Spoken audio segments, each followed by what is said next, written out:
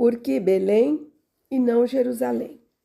Cadernos 43, em 26 de novembro de 1943.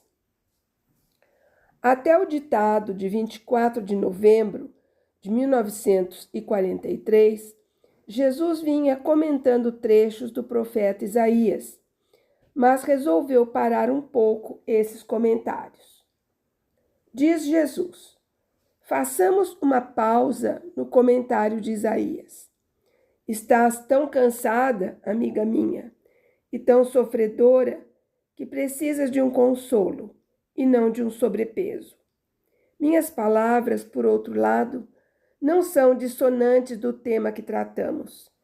Em vez disso, elas são como um solo na epopeia profética que anuncia a minha vinda, a minha missão, a minha glória.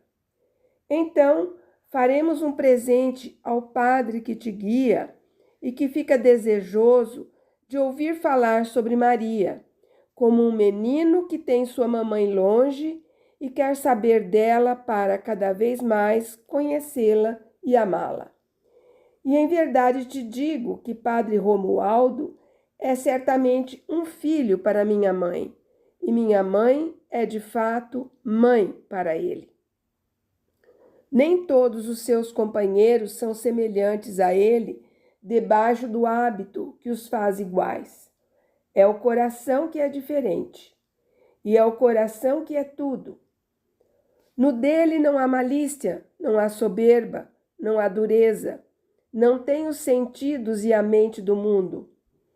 Assim como depôs do homem o hábito burguês para assumir um posto sagrado, também se despojou da humanidade para se converter unicamente em servo de seu Senhor, portador de Cristo, luz e voz de Deus e da minha e sua mãe.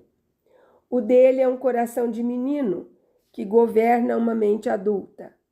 E se para ser amado por mim e conquistar o céu é preciso saber se fazer semelhante às crianças, o mesmo é para ser amado por minha mãe, que quando vê um coração que a reflete em pureza, humildade, simplicidade, fé, caridade, com a mesma facilidade de uma criança, toma esse coração e o estreita ao coração sobre o qual eu dormi. Não há um único mês no ano que não teve como pedra preciosa na coroa dos seus dias uma festa de Maria. Mas dezembro é mês mariano por excelência, porque contempla as duas mais altas glórias de Maria, a Imaculada Conceição e a maternidade divina e virginal. Assim, eu quero te revelar vislumbres de reflexão sobre essa maternidade. Nada impedia Deus de fazer nascer seu filho na cidade de Jerusalém. Sendo capital da Palestina, centro da fé e do poder, a mente humana poderia parecer que fosse ela a cidade mais adequada para o nascimento do Rei dos Judeus. Mas a visão de Deus difere da dos homens. Jerusalém não mais era santa. Tinha esse nome, mas a corrupção estava em todos os seus estratos, do templo ao palácio, das milícias aos cidadãos. Jerusalém já tinha tudo quanto tinha querido, e como aconteceu com o rico Epulão, era o caso de dar a ela a resposta de Abraão: lembra-te de que tiveste todos os bens. Todos, exceto o único necessário, porque ele recusou o bem da posse de Deus. Soberba, arrogância, avareza, dureza, ciência humana, riqueza, luxo e luxúria. Nela havia de tudo.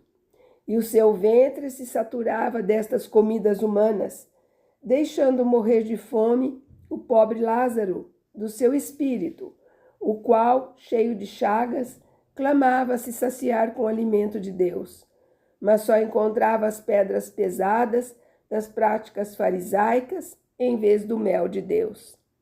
Deus se retira de onde está tudo o que não é ele, e onde ninguém procura colocá-lo neste tudo, para fazer do todo a base do trono do Senhor, ao qual todas as coisas da terra devem se submeter. Mas vós, ao contrário, fazeis das coisas da terra o cume do vosso pensamento, sobrepondo-as a Deus. Ficai atentos para que não vos aconteça o que aconteceu a Jerusalém. Mas já vos está acontecendo, porque Deus, não mais por vós procurado, se retira, vos deixando no vosso tudo frágil e maligno, vos deixando contando vossas riquezas malditas, falsas, demoníacas. Uma só é a moeda que tem valor em um tesouro, uma só, e vós não a possuís. O dom que teria feito Jerusalém grande para sempre foi-lhe, portanto, tirado.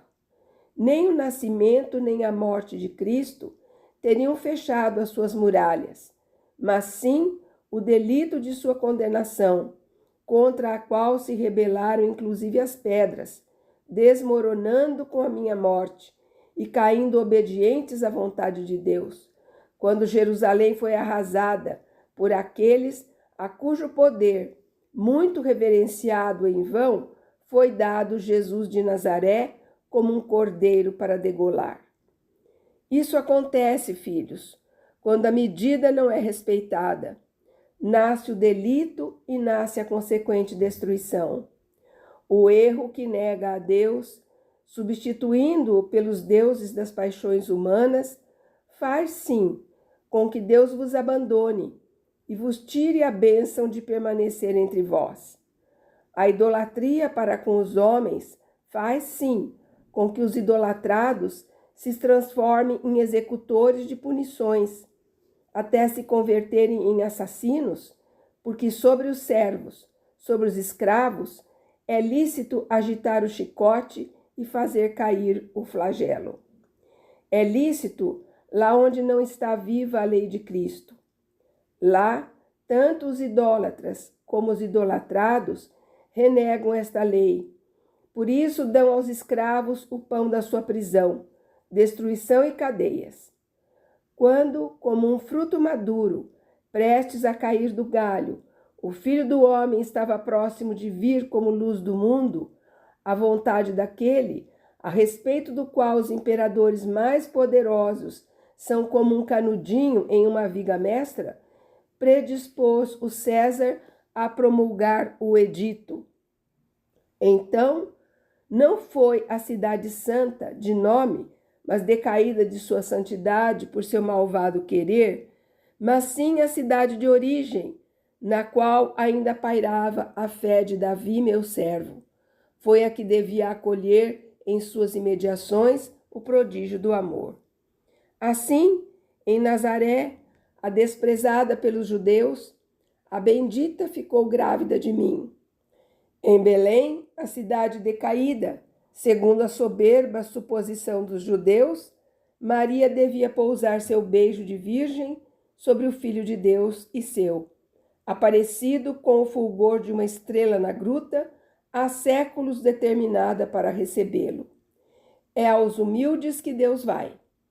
Isto vos explica porque os escolhidos para serem os anunciadores de uma graça, conhecedores de uma aparição, portadores de uma vontade divina, difusores da palavra, são geralmente os pobres aos olhos do mundo, sobre os quais Deus pousa com o seu espírito para abrir os seus olhos e os seus ouvidos ao supersentido, que vê além os confins do humano nas plagas de Deus. Quando eu quero, pelo que eu quero, posso. Posso aterrorizar um gigante do ateísmo ou do racionalismo com um só toque do meu querer, porque sou da estirpe de Davi, que derrubou Golias, e sou, sobretudo, o poder, a força, o querer perfeito. Posso, com uma carícia depositada sobre quem, amoroso, me estende o espírito, posso abrir, com apenas um roçar do polegar, os sentidos espirituais à vista e ao ouvido das coisas sobrenaturais e fazê-lo capaz de conhecer Deus, assim como uma esposa conhece o marido. Até amanhã, filha. Virei trazer-te Maria, que deixa a casa de Nazaré para ir a Belém. Repousa em paz.